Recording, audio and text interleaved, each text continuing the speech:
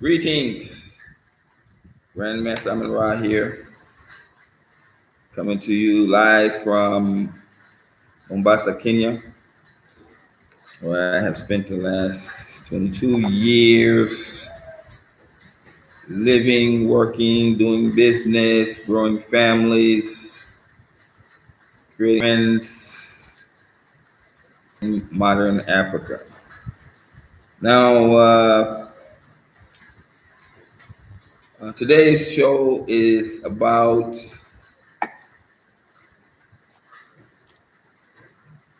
I wanted to discuss about some protocols about what you need to watch for when you come to modern Apple. Well, I mean, I don't mean watch out for, but I mean uh, some of the things you should know what to do. Some of them you know, some of these are new ones will be pretty much new to some of you. When you come to Africa, and especially if it's your first time, how do you act with the people? What about the culture? What's the do's and don'ts? What to watch out for? So on this video, I wanted to kind of go over some of the protocols that that you should adhere to when you come to Africa. Now, basically, they're just going to be like the things that you would do when you move around the city, and I'm really talking about modern Africa. If you were going into the village, it could be a different set of protocols. Some of these don't really apply, but some do. Now, as some of you know, I've been blessed to have not one, not two, but three uh, Black Americans come here at the same time. And I literally had all three of them here in the lab with me and at the same time. And, I want to tell you that this can be a bit pressuring. Everybody has their own ideas. Everybody has their own expectations. People want to ask me questions. People want to form an opinion. People want to ask me more questions based on the opinions that they're forming. And, I too, I want to welcome my brothers. I want to take them out. I want to go hang out with them. But at the same time, I've come to realize that, I have a family, I have businesses, I have work. And when the brothers come like that, you just can't jump up and go, still got to deal with all the things that's going on at the home front. So I can just say, like, for the last 3 days, I'm really kind of tired from going out. And but I mean, I enjoyed all of it, dealing with the visitors, and I'm welcoming anybody that wants to come.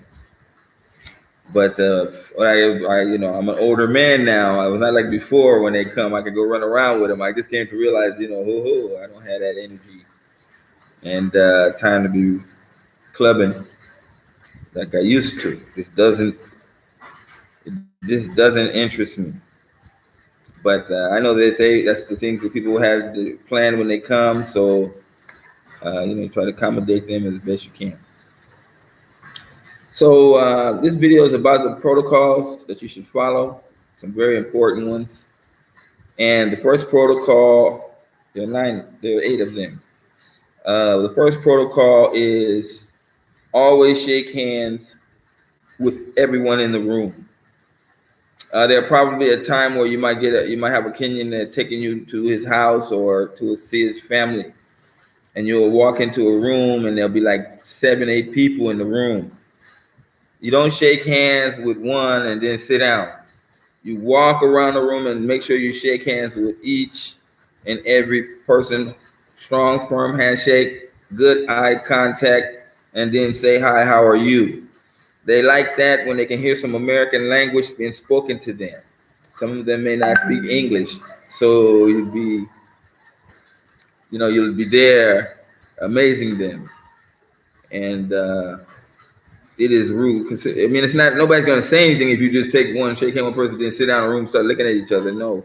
But it's always a good starting point to walk around the room if they're seated or whatever, and just shake hands. Hi, how are you? Hi, how are you? You seem like it may be redundant, but it's for them. That's African culture. You shake hands with everyone. So I'm sure you try that. You'll find that it'll really start off things in a great fashion. Now, number two, I think many people have already heard this one before, is that when you're being offered some drink or food, you do not refuse. You don't go, that's okay, I'm okay, and this is not the African way. When they're offering you something, they may not expect you to eat it or drink it all, but it's the hospitality part of it. So if they bring you a cup of tea, make sure you take your 2 sips of the tea and put it on the table. If they bring you a soda, make sure you suck 2, 3 sips of the soda, sit it on the table if you don't want it. But you must take that, what they offer you. They bring you some funny bread or some samosas or something like that. Take a small bite, put it down, and continue with your conversations like that. But nothing warms a visitor's heart more, an African's heart more, to see a foreigner eat their type of food. So you have to remember that when you're visiting someone, you have to realize what is the whole purpose of it, is so that you can make a good contact, make a good impression, make a bonding friendship, and all that starts with these protocols, So when I was in the United States, I didn't drink at all, and I came to Kenya, and somebody, it was on Christmas time, and then somebody put a full tusk of beer in front of me, and I was like, oh my God.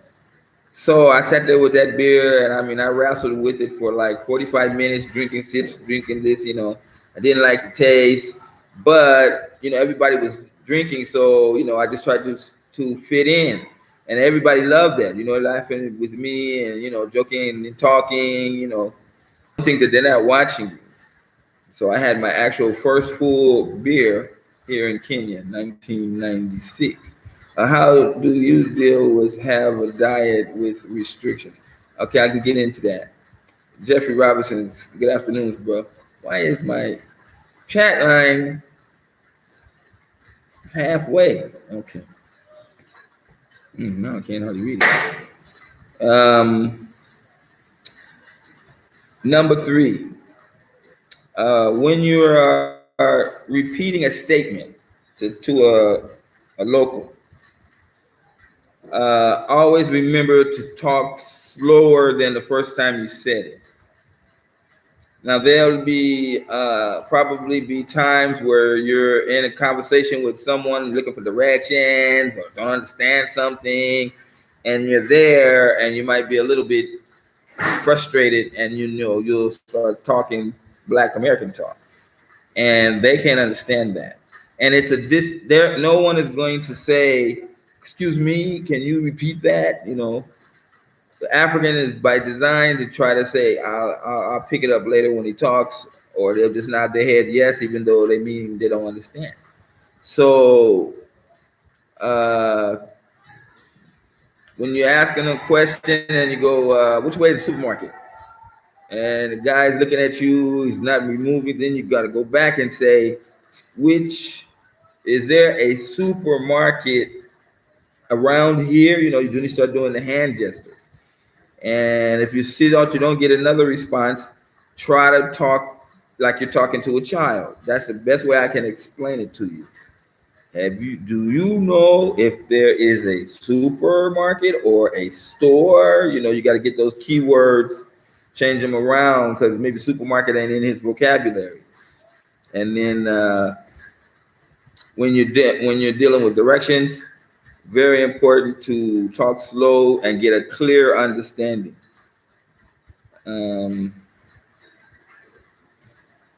Number 4. Uh, well, I don't know if you have video. Okay, I'm saying to be good. Uh, Number 4, when you're going to eat, and you will go to eat, you will get hungry, obviously, and then you'll have to decide on, do I go to a restaurant?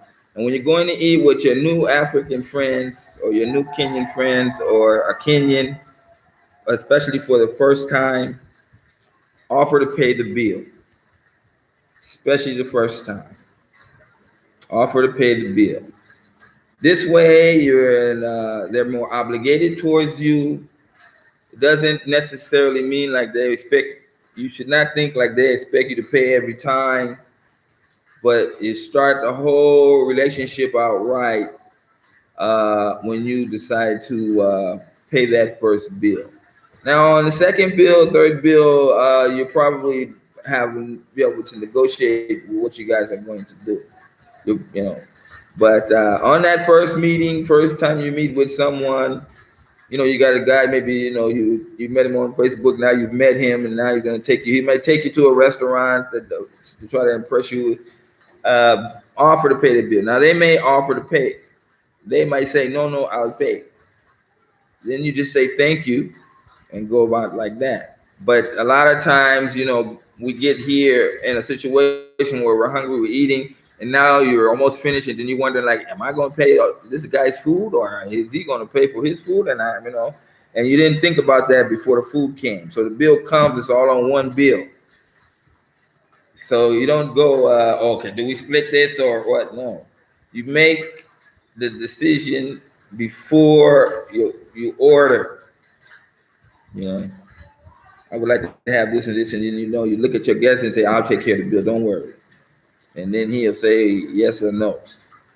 But when you pay that first bill, you also try to make every meal that you go to with a Kenyan or a local person, make every meal like a business meeting, but you get to ask questions. You're obligated to answer your questions. So don't just eat and then look at each other.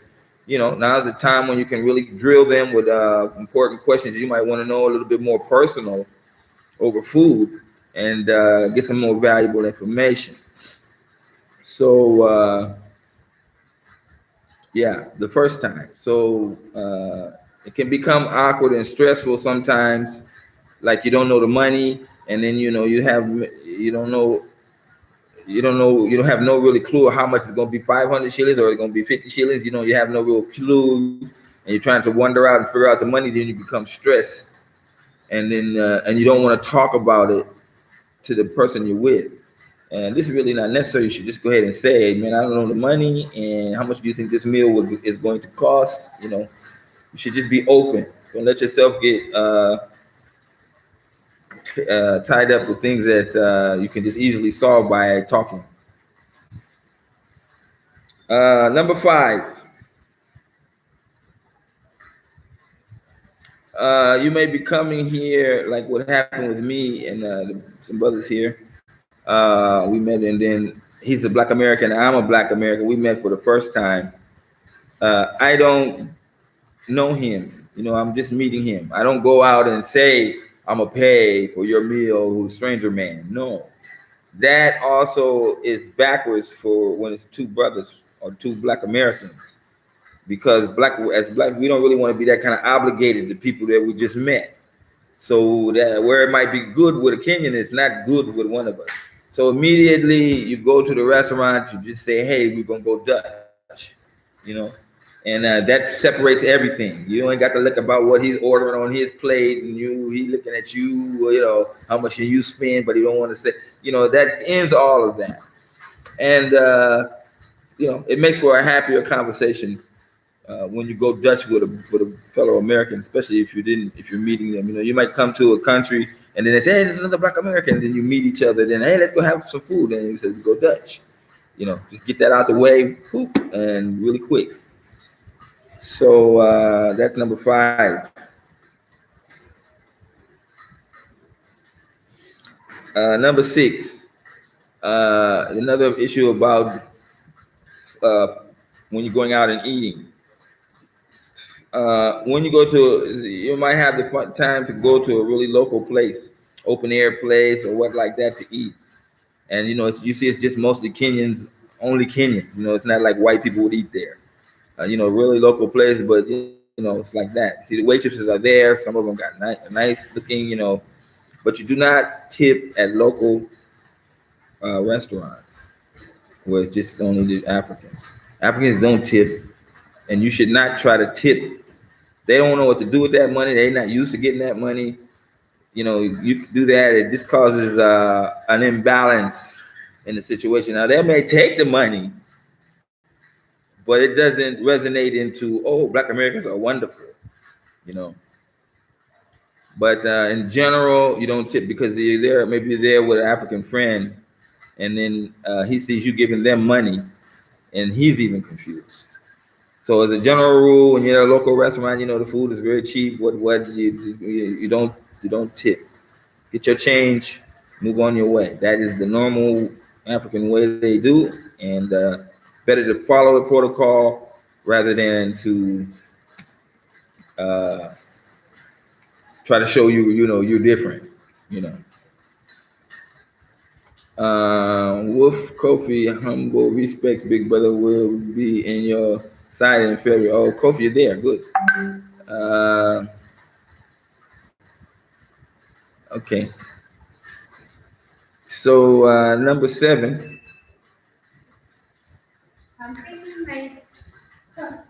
Okay. Number 7 is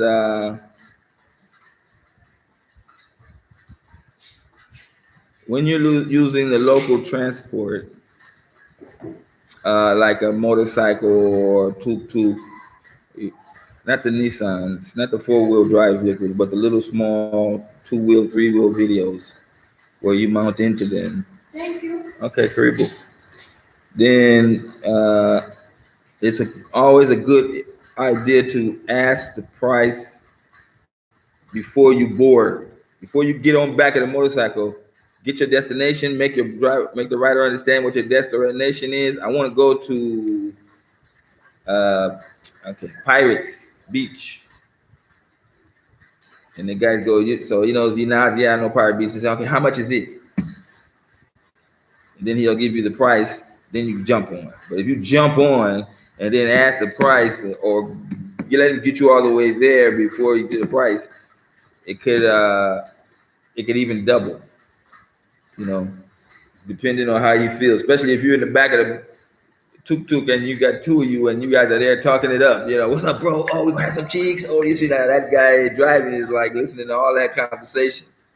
So where he was gonna charge you 100 shillings because what you guys was talking, he decides to say 200 just to see if he can get it. He's just taking a chance. But that's because you waited till you got on before you negotiated the price. So you always want to get them at a price. Now, Nissan vans and big Matatus, they have a standard price. It doesn't change because those vehicles are like a taxi, like a bus going up and down the road. I don't know if they have buses still, like a train ride. So the ticket costs this much. That's how much it costs. But on when you have a driver and you have your own personal driver on the back of a motorcycle or a tuk-tuk, then it's better to get the price for that guy before you board the vehicle. You must remember that these guys do carry foreigners. You wouldn't be the first one that they know.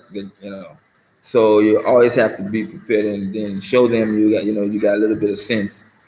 If they want to carry you, but you negotiate the prices before you get on, he's less likely to rate the price because you haven't got on the back of his bike.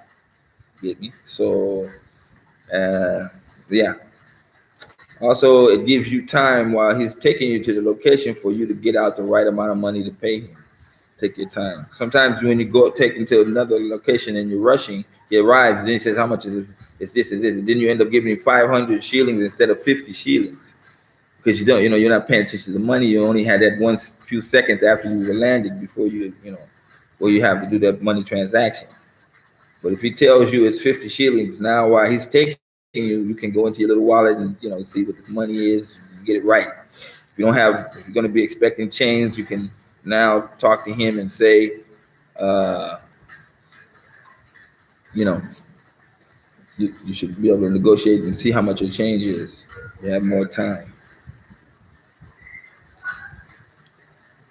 Okay, number 8.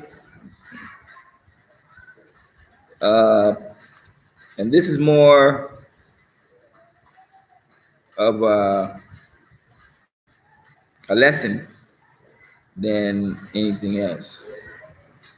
Uh,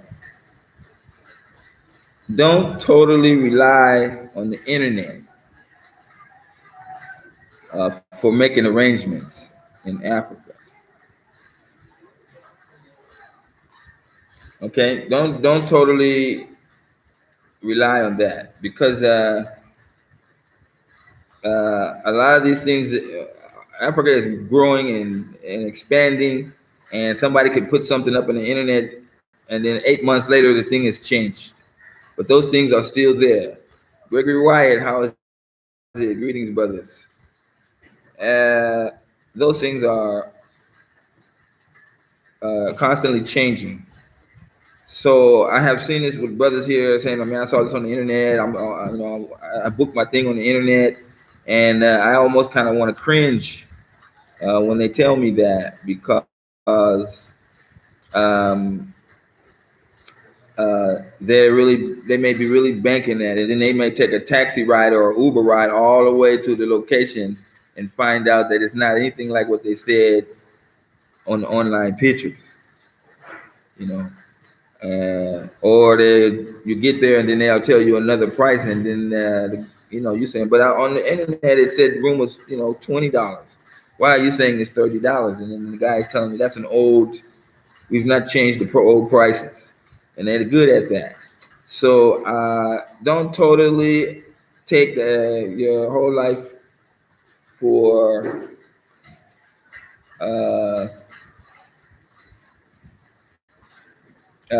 the internet when you come there. Oh man.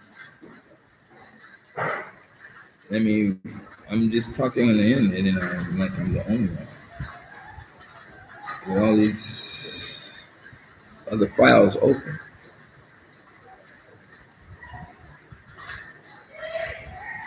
Yeah. Uh, there are still a lot of great hotels in modern Africa that don't use the internet, and they don't book their things online, but they're very established. And it's just like the owners don't bother with that, but they have very good hotels that are there, but they're not online, found online. So you always want to try to take a little time to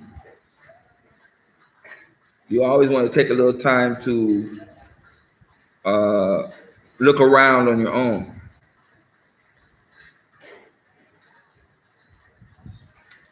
Okay, now another one is very important. I know I'm probably saving one or two of you a lot of money here, though you may not realize it at the moment. But another warning I want to give out to you guys is about brothers doing all of their booking in Africa because it's fun for them. You want to do it all on your own. You're going to be a heavy user of the internet, depending on that. You're going to book your flights. You're going to try to find the lowest possible flight. Now, please listen to me when I tell you, don't put price over comfort when booking your flight. Some of you guys who come told me I got a ticket for $500, and you think that that is a great savings for you. The ticket has a layover in Amsterdam or Turkey, Istanbul, for like 3 hours or even 2 hours, which means 3 hours. While they take you off one plane, you and your luggage, and then you wait 3 hours for the other plane to be ready or come in. It's usually coming from another location. It's already got people, and then you're booked into that empty seats of that flight, with your luggage being taken into that second airline. So you're trying to come to Kenya, and instead of paying the $800 or $900, you're saving 400, which really actually comes out to 300 when you look at the deal with the transport. And you're going to be in the air for at least 20 hours or 20, even up to 24 hours or more, including layover. And what a lot of these cheap tickets are doing is that they're taking you in a fairly nice plane coming out of the U.S. But when they do when you transfer over to the next airline, the plane that they give you is the most shittiest plane. And then it's crowded with all kind of other people that want to try to save money. Some even carrying chickens. And a lot of times these flights, people have boarded these flights with extra luggage, and so you try to find a space for your luggage, and you can't find it because they've all used it all up. So you end up like sitting in your seat with your luggage between your legs, or you can't put it on your lap in the flight, but it's like that. All because you think you're gonna save $400. Now you think you're so slick, but let me remind you, after being 24 hours in the air, I don't care where you say, you're gonna be tired and worn out. Those kind of flights is like being in the ring with Mike Tyson. It's nothing worse than having to start your trip off when you had a long, hard, rough ride to get into the country. You might come in for 2 weeks. You come, you take an extra half a day or a day just to recuperate from that 24-hour layover ride. They saved you $400. So you come in Kenya, you might have a great time and everything like that. Then it's time to go back. Well, hello, you still got to go back and do the same thing. You got to go all the way back to the Turkey, Istanbul, and then wait another 2 hours and shift your luggage and go back to get another plane back. So a lot of people don't realize that on the way back is when you want to hurry up and get home. But this shit, you got to go 24 hours again. And trust me, you'll be like, I would either pay the $400 extra to get a 15-hour flight direct than to be thinking I'm saving big money, because you're not. You got extra time, you got to buy extra food, you're going to be laid over, so you're going to go ahead and eat the expensive airline food. Your money go $50, $60 in the airport is going to be spent easily. Think those layovers don't know what they're doing when they make you lay over.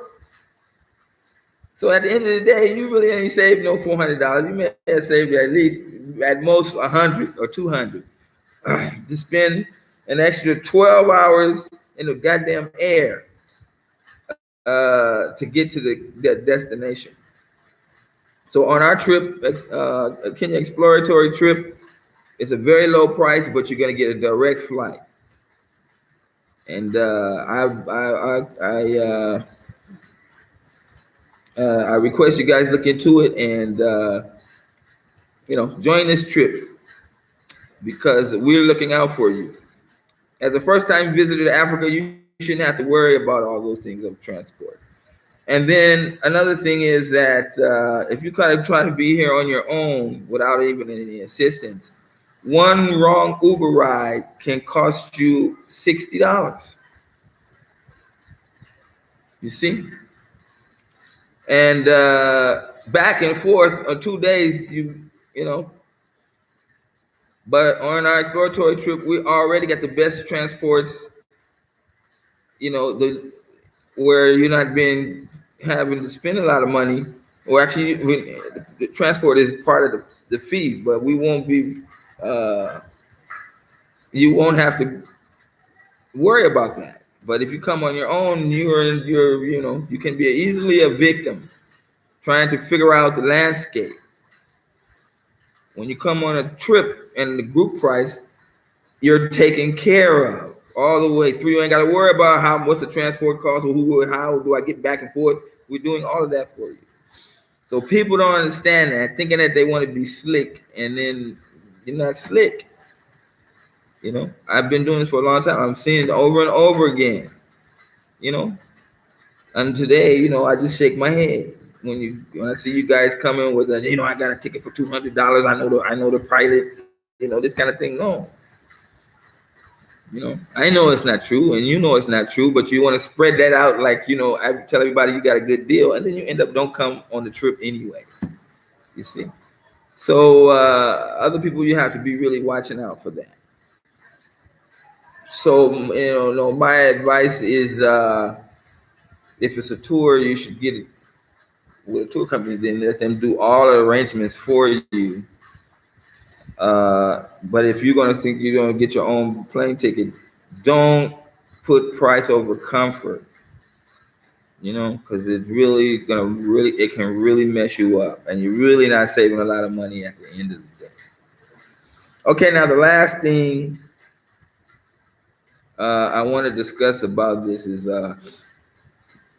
you should learn the different types of transportation. If you're going to be here for 2 weeks or longer, if your stay is like for weeks, then you really need to investigate into the different type of transports.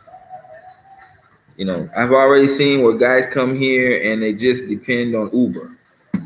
Uber for a 2-minute ride, Uber for this thing is very expensive. When you can do local transport for a complete fraction of the cost. But if you have money to waste, okay, that's fine.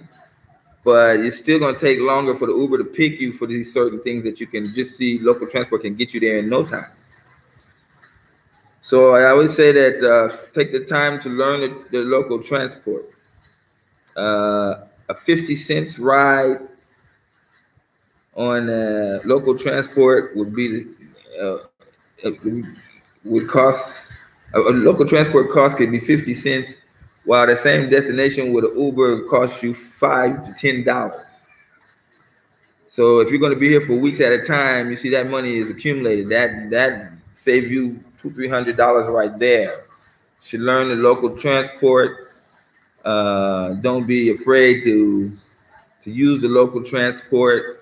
It has been there for decades and centuries. They know what they're doing.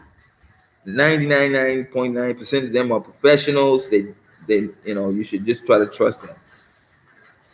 I will be returning to Rwanda after retirement. Great for you, man. This trip includes lodging. Yes, the trip includes lodging, transport, and transport between Nairobi and Mombasa. So it's not like a regular trip where they just take you to one city for 7 days. You go to actually 2 cities. So yeah, I still say that this is one of the most inexpensive trips for that has ever been out there for what you're gonna get. So if you have been sitting on the fence and deciding, book your registration fee to save you a spot, although time is running out. We are 99%, according to what I got yesterday, at 3:00 in the morning. We're 99% booked. But that probably will go down when it comes time for people to pay their booking, start to pay their installments. But we're definitely going to have a good number.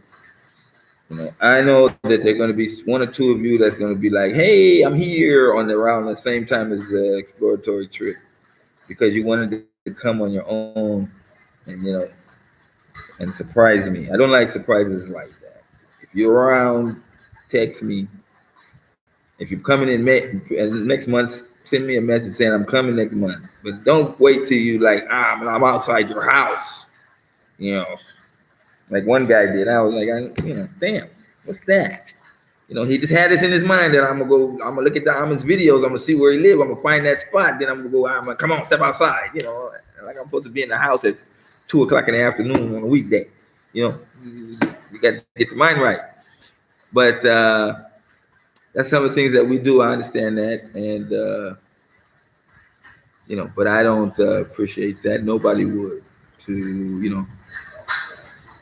there is a layover in Doha, but they have a fantastic business lunch. Well, then if you got business class, then how much is the price? A business lounge. Well, you're going to spend money if you're going to be in the business lounge still. So are you eating that $20 meal or $30 meal in the business class lounge while you wait over? So that don't mean your experiences is for many people are experiencing this, and I have interviewed many people that did the layover, and that's what they all say. If they had it all over again, they wouldn't do it twice. Come and lay over. This includes, okay. This chat room is an excellent deal. Thank you, D. Campbell. Do you have a link for the trip? Yeah, you can get. Ooh, let me see. Okay, first of all, here is the website.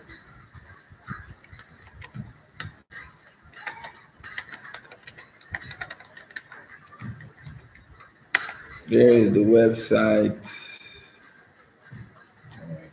Here.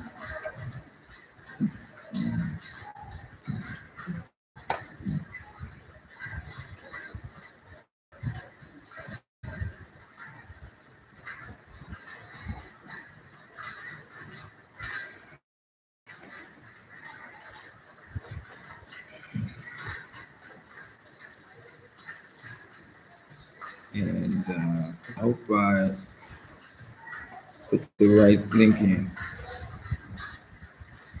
The website is blackpeopleformodernafrica.com. We got the website based on your support for the channel. Speaking of support for the channel, let me do my quick review of that. And before I do the support part, let me give you here's the information on the trip. I know it's kind of hard to read it here, but maybe if you go over the video, and these are the details. This is also available on the website, and also on we also have a web group on Facebook where we're giving out the daily information about what's going on with the trip. So I'm into a lot of things, as you may know, and this is just one of them. But if you want to support the channel, this is the paper you guys love to hate, worldremit.com, to that phone number. And Eva is my wife. You should go ahead and sign up for that if you're going to be a regular supporter. This is what we would love. You get on here and we can talk about many things. And I seen one of my last videos, people were really taking it hard, and sometimes they have to be like that. But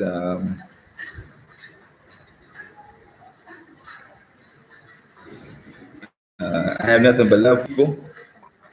I am a Black American, just like you guys, and some of the people in the chat room wanted to demonize me, so they had to first make me be like, people act like I didn't live born and raised in America, act like I don't know the situation because I'm here now. No, I was living that situation. That's what made me come here. And when I came here, I saw that it was a great possibility, and we had a lot of possibilities for here. And so I went to great pains to try to inform my people about modern Africa. Now, I know that some people that never get a chance to come, but you just think like that now, you never know what might happen. I mean, the United States is, although I think that's a big joke about the Iranian thing, But I think some of us was a bit scared that America could go into war, and what would that really mean? You know, and I think that we have to realize that anything can change from time to time. There's no job security, not even in Africa. There's no job security in America either. Anything can happen. So uh, to have that extra option to move into Africa, really uh, have that plan just sitting out there. Because I know a lot of times we get frustrated to the point where we just ready to throw up our hands. And a lot of people have jumped into an African plan because they have been frustrated and they're tired of what goes on in America, you know. And that's the case. I'm here to tell you that the way I see it, Africa is the future. Now, here is another example. Now, you guys saw, if you saw the video where I had the two brothers there, Martin, he was here in 2007. Shout out to Martin. And, he can listen to the video, bear me right. He was spending the time in Twapa in 2007. He spent almost a month there, I'm sure. So he knew Twapa well in 2007. So when he got back, we went to Twapa again, and when he walked outside, looking around, he was like, "This is different. This has changed," because it got major hotels all through the major build, high-rise buildings. Before it wasn't like that in 2007. But the place has changed. People were everywhere, and running around busy because there's a lot of money there, and that is true a lot all through Kenya. You don't have people running around in the streets if there's no money. You would just see people slowly down. You know those video games where you're trying to grow a community, and then the people don't have no job, so they just kind of sit around there. You sitting there like that. Then when you keep them busy and active and they're building and doing, that's because there's money. So I challenge you to go look at a video of downtown Nairobi and see the amount of people on the streets. Then compare that. Well, don't compare it. So just so you know, Steve. So that's what I wanted to say on that. I hope this information is going to be useful for you. Just to be on a side note, we've been out with these guys for the last 3 days, running around, and I'm really tired. And I was amazing because now it's like 4, and then maybe another one more, it'll be 5 Black Americans in one day. And if you remember the video I did with Francesca, the 73-year-old retired teacher, we went out and had pizza with her, me, and the two of the brothers that was from the States. Having a lot of information to give them. I know a lot of people here, obviously, and I was able to connect them with some of these people for the amount of time that they're going to be here. But I make no mistake, each person is on his own individual mission. We Black people are not like a group, kumbaya type of group people. We're always like independent. Want to do our own things, want to go where we want to go. And I've seen that in all this group. So I get that, and even on our exploratory trip, there'll be plenty of space for you to be independent, go where you want to go, get lost, do whatever. And at the same time, still get focused to the point where you can actually get some good business advice from the people here. Yesterday, those guys got a lot of good business advice. I don't think they didn't have a pen and paper. They didn't write down. They just was like, but they missed a lot of information that was so important if you're going to be doing business here. But just, for sure, a lot of us would come. We just want to see the place, and you think you have a lot of time. And we may have time, but then, you see what's going on in the news. Trust me, the next 4 or 5 years, there's going to be something's going to be given in the U.S. as far as that black people are concerned. You know, I don't know if it's going to be the new ID. Somebody else was telling me about something that's going to be happening where black guys are being targeted by the FBI with a new label called Black uh, Extremist Groups.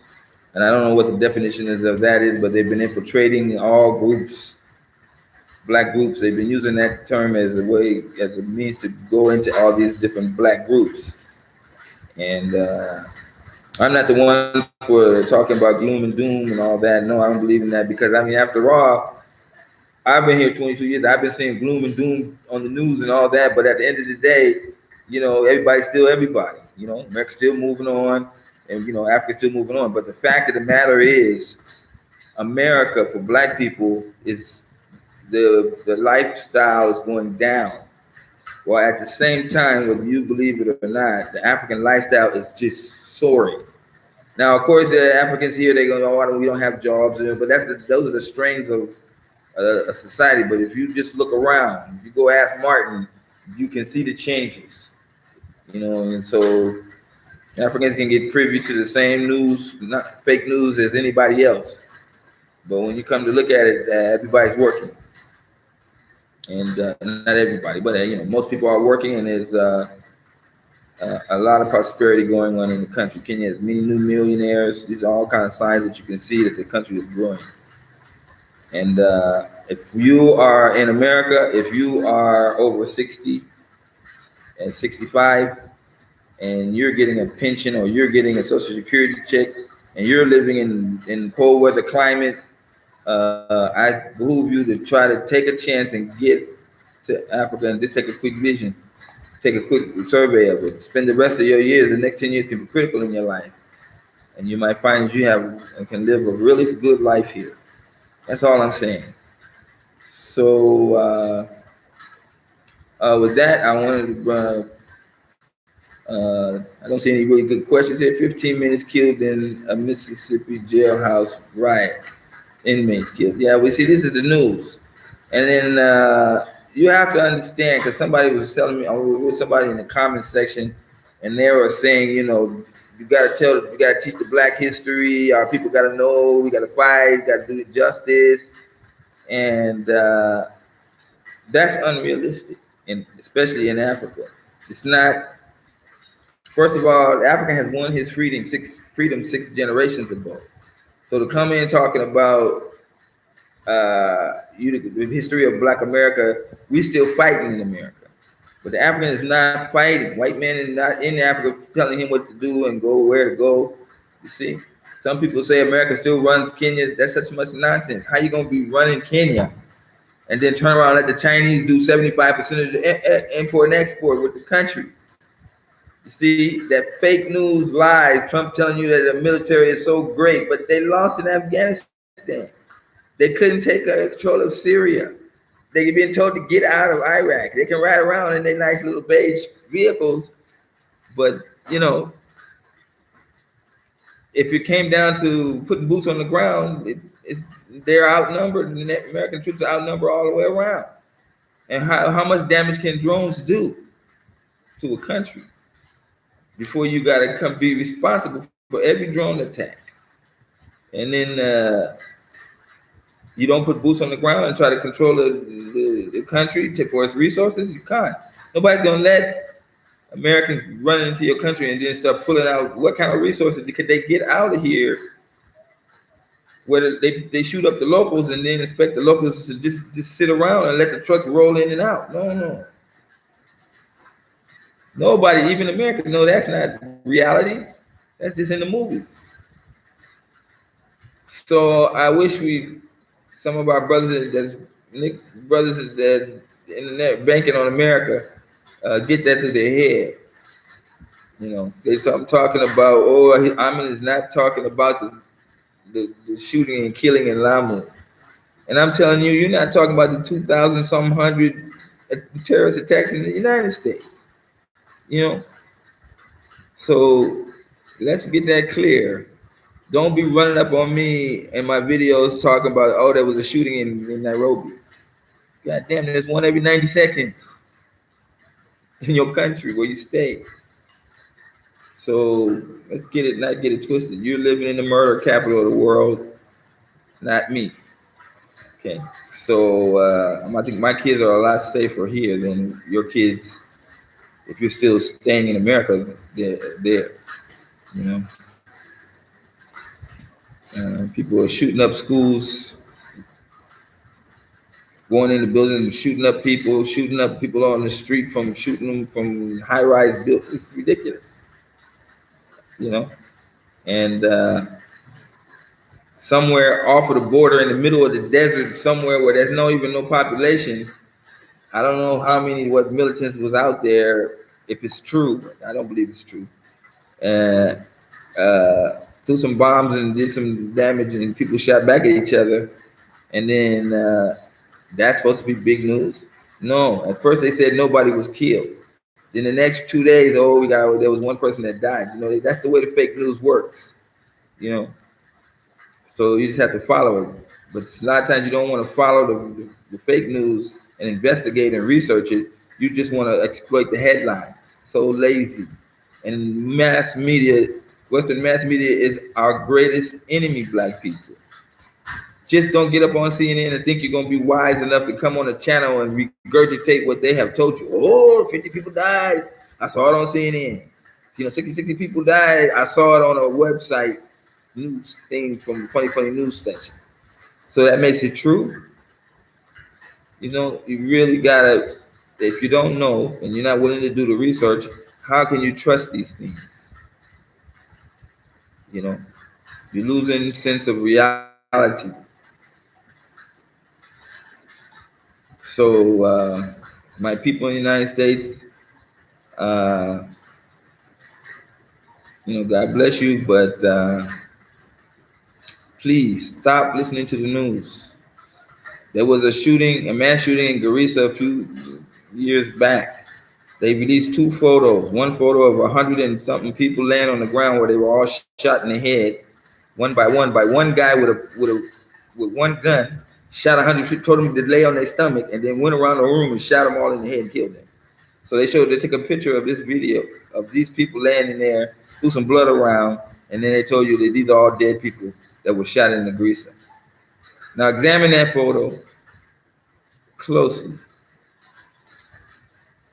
and tell me how 100 and something people can be shot in the head and nobody flip over on their back. Nobody tried to run away, and everybody's just in a nice lay down. You know, it's like somebody told them lay down. You cover your head, duck your head, so you can't see the head or face of anybody. And then threw some blood around, and then took the one photo, and told you that was a Garissa attack. And now you're like, no, it can't happen. It can't be like that. How could they fake a whole thing like that? I remind you about 9/11 in that respect. So don't tell me what they cannot do. I remind you about the Pentagon attack, where they said a whole airliner crashed into the Pentagon full of people. No bodies was found, no engines was found. The walls were caved in. The hole that was big was too small for the size of the plane to fit in, and they just kept pumping out the same narrative. The plane, they show you commercials of the artistic reenactments of how the plane landed until it gets in your mind, and they repeat it enough, you believe it's true, or you just say, okay, fine, whatever. I don't know what's true, and I don't care.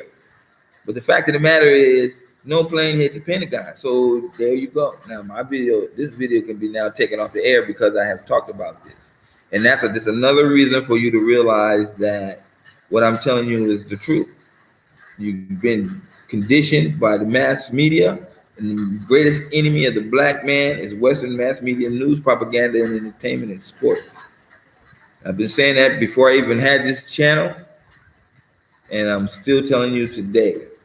Most of our people in Black America today are educated by the damn news and the fake news as well, because you don't seem to be able to distinguish what's fake and what's real.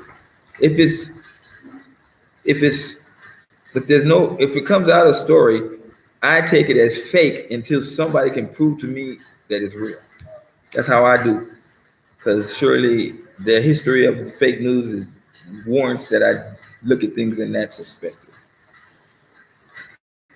Okay, well, we wasted went a length of another hour show. Until we meet again, make sure you please support the channel. If you enjoyed the information, and we need that support to always continue giving you these nice shows.